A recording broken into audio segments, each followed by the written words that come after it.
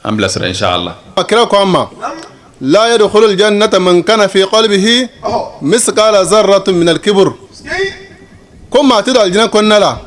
mamun bala na asro yira boya misqala zarratin yogana bi dusukuna. Mbada al-islamew na mi qafo yira boya batar al-haqq wa ghamd fi an-nas. Yira boya de qafo mamun be abe baga mawma ka dan sabukan ko sebenye ka baga mawma ku tonyo ko sebenye nde yira boya la belebele wal man tien bore kan ko gole teson ibika sejira o fe mbala ni Allah taala ta fe o ko fa ma sini masa taala to bargamay masa mo be ni jen hina labolen tigido ambe asini masa taala to bargamay masa mo be ni la hara hina kan len tigido o ko fe ambe masa ben tanu ka wal mandon ka masa taala deli aga hina na ka nema ako jiri dabana so hera maka no ya lakira sallallahu alaihi wasallam ana ga sumgo ana ga sahaba sanmau ani mamun nyu senda nola fogata sala haradoma ambe ala de ga mbele de sur jama kulu chala o ko fa min na ba bele de l'info chene muso ga be fo ga be wal mandon ka masa taala deli mama yi sembo ko no ga kenen sagara ambe ala de ala ga ki baraje ala ga ki baraje ala ga hamina ko bele de no ga ambe anfa anan karamo no hamidi tanjugora amba fo ga wal mandon wa me wasuna e mali fam befe ame wasuna e dien fam bele jelen fe kada gale de karamoye ale dine ale islam mo ki islamé bedam ka kayla ale ma tabolo woloma ale ko dine abi sansor ni stra fam fe ale mo bo stra de la ale mo te tabolo la mbadal islamé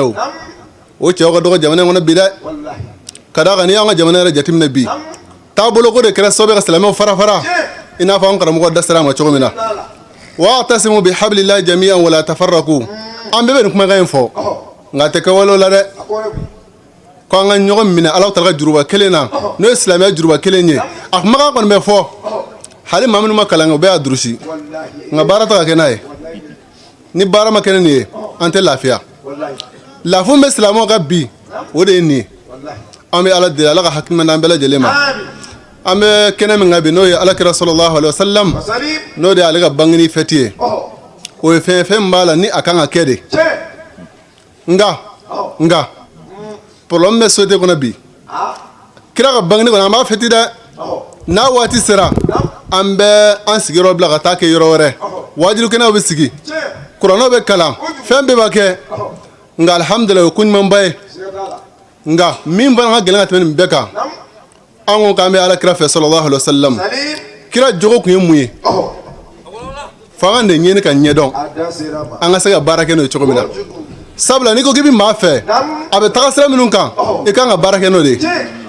nga anda kana ke ka fo ambe ala kira fe dalati wal manasir dumni yoro ambe kira fe nga kewole la te kewole la mo jojo lebe bibina we mo li feti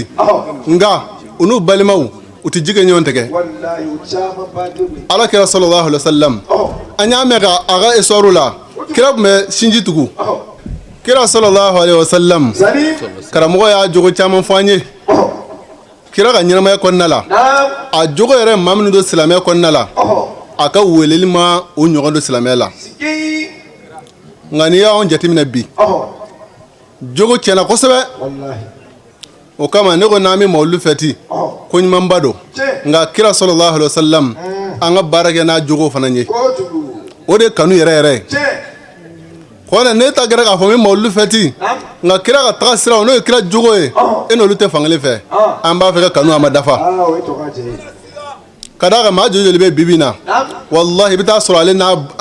a corona dogo wal ma balma do be no wi sanga te kuma nyo fe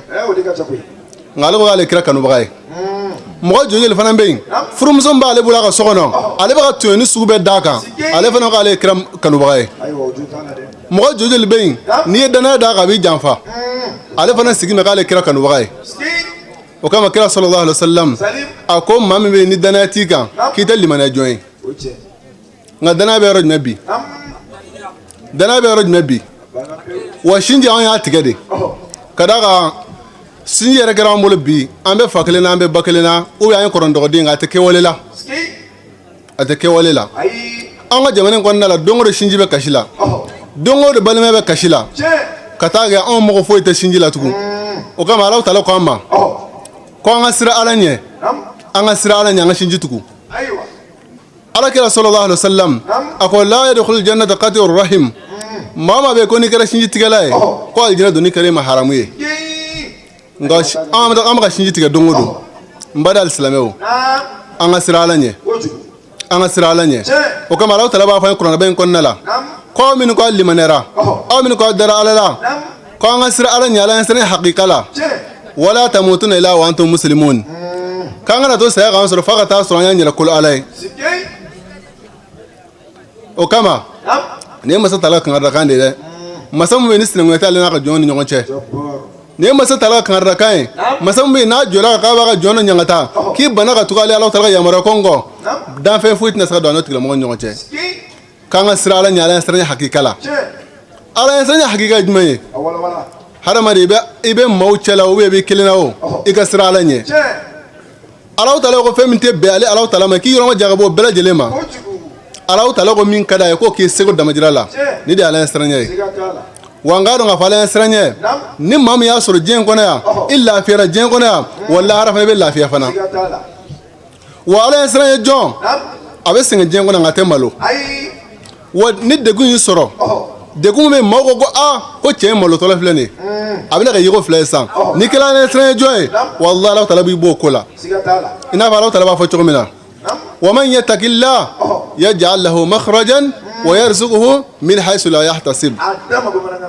ko ni maa min bɛ siran Ala ɲɛ ko n'a gɛlɛyara cogo o cogo Alahu Taala bɛ solution d'i ma wa ale Alahu Taala b'i sɔn garisɛgɛ la i yɛrɛ ma sigi ni garisɛgɛ min ye marché dɔ ka na hadamaden ma ka sɔrɔ i yɛrɛ t'a bɔ yɔrɔ dɔn Ala ɲɛ siran de b'a kɛ o kama an k'an jija cogo bɛɛ la an bɛ lahalaya fɛn o fɛn na an ka siran Ala ɲɛ ka d'a kan ko in bɛɛ de ye Ala ɲɛ siran ɲɛ ye n'an ko an bɛ siran Ala ɲɛ Alahu Taala ko min tɛ bɛn an b'a yɔrɔ ma janya olu bɛɛ lajɛlen na nka ni Ala ɲɛ siran ɲɛ ma sɔrɔ foyi ma sɔrɔ fɔlɔ o kama mawulidu a fɛtili fɛnba don wa a kan ka fɛti yɛrɛ ka d'a kan Alakira sallallahu alaihi wasallam ale ka fisa ka tɛmɛ danfɛn bɛɛ lajɛlen kan mawulidi fɛtili dalilu an karamɔgɔ bɔra k'o fɔ yan a ma se k'a fɔ k'an bɛ segin o kan tugun nka kuma min bɛ ne bolo nin sigiyɔrɔ in na o de ye mawulidi an b'a fɛti alhamdulillah an ye silamɛ ye wa an ye Alakira kanubagaw ye nka an k'a to Alakira jogow an ka tugu o kɔ kira ka ɲɛnamaya kɔnɔna la kira a n'a sigiɲɔgɔnw bɛ cogo di a n'a sigiɲɔgɔnw bɛ cogo di an ka nin ɲɛɲini an ka tugu o kɔ nka n'i y'an ka sigiw jateminɛ bi a kɛra kabako y'an bolo sigiɲɔgɔn dɔw bɛ yen i b'a sɔrɔ u sigiɲɔgɔn tɛ ka hɛrɛ sɔrɔ u sababu la u b'a sigiɲɔgɔn tɔɔrɔ sugu bɛɛ la ale fana sigi mɛ k'ale kira kanubaga ye o kira kelen de ko wallahi la yu'min wallahi la yu'min man la yu'min jaruhu bawa'iqahu ala kira ko ten fo siɲɛ saba ko aw dɔ la kelen tɛ limaniya ko munna k'aw tɛ limaniya ko maa min bɛ n'a sigiɲɔgɔn hakili tɛ sigi ka bɔ a ka tɔɔrɔ ma ko tigilamɔgɔ tɛ limaniya jɔn ye a ko tɛ tugun a ko ni min ko k'i dalen don lahara la ko i k'i jija cogo bɛɛ la i k'i sigiɲɔgɔn bonya ka d'a kan sigiɲɔgɔnya Alakira sallallahu alaihi wasallam a ye sigiɲɔgɔnya ko fɔ kosɛbɛ fo ale Alakira sallallahu alaihi wasallam a taara hami ko n'ale Alakira fatura ale sigiɲɔgɔn k'a tiɲɛ ta fo ale hamina n'o ye o b'a yira k'a fɔ sigiɲɔgɔnya fɛnba de don nka n'an ko an ye Alakira kanu an ka sigiɲɔgɔnya la an k'an jija cogo bɛɛ la an ka ɲɔgɔn gasi sigi an ka ɲɔgɔn bonya o kɔnɔna la anw ni ɲɔgɔn cɛ baaraɲɔgɔnya bɛ cogo di anw minnu k'an ye Alakira kanubaga ye baaraɲɔgɔnya gɛlɛyara bi kosɛbɛ i bɛ da min na o b'i janfa janfa de bɛ bi bi na kɛrɛnkɛrɛnla commerçants ni ɲɔgɔn cɛ i bɛ taa sɔrɔ mɔgɔ dɔ bɛ yen ale ko k'ale ye Alakira kanubaga de ye nka ale bɛ taa minan ta e bolo i b'a juru don a la ale tɛ ye tugun danaya tɛ yen danaya tɛ yen o kama n bada alisilamɛw wallahi ko in ma nɔgɔn dɛ ko in ma nɔgɔn n'an ko k'an bɛ Alakira kɔni fɛ tiɲɛ yɛrɛ yɛrɛ la o kama o y'an b'a Ayisata ɲininka ko kira jogo tun ye jumɛn ye kana khuluquhu al-Qur'an kira jogo tun ye kuranɛ de kuranɛ ko cogo di kuranɛ ko nin ka ɲi kira b'o kɛ a tɛ se k'o damajira la kuranɛ ko nin ma ɲi kira b'i yɔrɔ ma janya ka bɔ nin bɛɛ lajɛlen ma kira jogo de tun ye kuranɛ ye wa kuranɛ tumana min an y'a ta k'a fili an kɔfɛ an tɛ lafiya nka tumana min n'an nana kuranɛ ta n'an bolo fila ye wallahi Alahu Taala b'an lafiya diɲɛ bɛ degun min na bi foyi tɛ inna nasa fi hada zaman يعيشون في أمواج متلازمة من الفتن والبلايا ناين جين لبا يفلبي جين بقى بلوكو أن فتنة وركوننا نبي وفتنة نمي قرة نمويه فنالو تلا يرهنا نانا فنالو تلا هنا نانا ngata soro niko galaw ala ka hinana angli be muisa ala ka hinila ama fo me ka fo be fo mama na so ala tikla mo fatura ngala ka hinina abe fo nyina mo choko me la sa fo shimo choko kelena ala ka hinina ne ba nyin ngawo ni ala tala hinana ona o fitne manga jamane ngona ate wulga ba kona ni ala tala hinana ona ambe hakli sigi bale minani o hakli sigi nda fale ga hakli sigi wa ni ala tala hinana ona gela jumba on nyogonche be mala man nyogonche nyon jugambe ate banwa wone ba fo ala ka hinan bela jelena ala ka hinan bela jelena jamana be fitne mi konna la masatala ale de bisa fitne ta bo anga shugon dugu yata ala ka fitne ta bo anga ya rabbi amme masatala de gela jugumbe jamana konna la ala ka gela wuli balmo nyonje be mala minum be ambi ala deli be mala no ala ka wuli ga bo anga kata soro o gela de banga kosebe wallahi nera kele nenga dem sala nga famiya konna la mbali kono fitne be ko minga jugata beka o de balmo ni shinju maw ko be mala ay sigatala abe sute kono kosebe o kama anganji angal limaniya o kama en point sabadi ni mama fi ni balmo ga be aga saka nyogon famiya ni point sabay na sara baraka ne wallahi be na sute konna la be na shinju nyogon che be na balmo nyogon che a point folo folo jmenye an sabal nyogon koro an ga sabal bagay kada ga alak rasulullah sallallahu alaihi wasallam ayo de fo ko sabal bagaw alawta ambado nga fo islamé ko na la ni baraklenge abe sariye barajitan ko sabal bagaw alawta la buga salata dum ngatul hakitala anga sabal nyogon je maw jugo te kelenye e balama do be na ko do kelena ma bema e ga sabal bagay ga sabal akoro o ya point folo folo a point flana anga siga kuma anga siga kuma e balama do be ko do kelena ma bema kana ta mangutu chen kana ta buruja a wole ga fa yen kena ma bema e siga be siga nyogon waraga tugwa wa kanu be do nyogona a point sabana na laban o de ka fo anga njije chugo bela ma kuma angno lame anga balma ko nala mo bita do ka fo ki balma ka sabata beta kanu lame ala te kena bo nyogona ala ta laba anda do mina ma nyin kawo ne fe gini ka sa bo nyogona ili sonawa ala ma mo shi nyin wala aya am bo nyogona ka so ma ga nyurga la ini o yang kor wati sira ami do ke ambara da gora flambo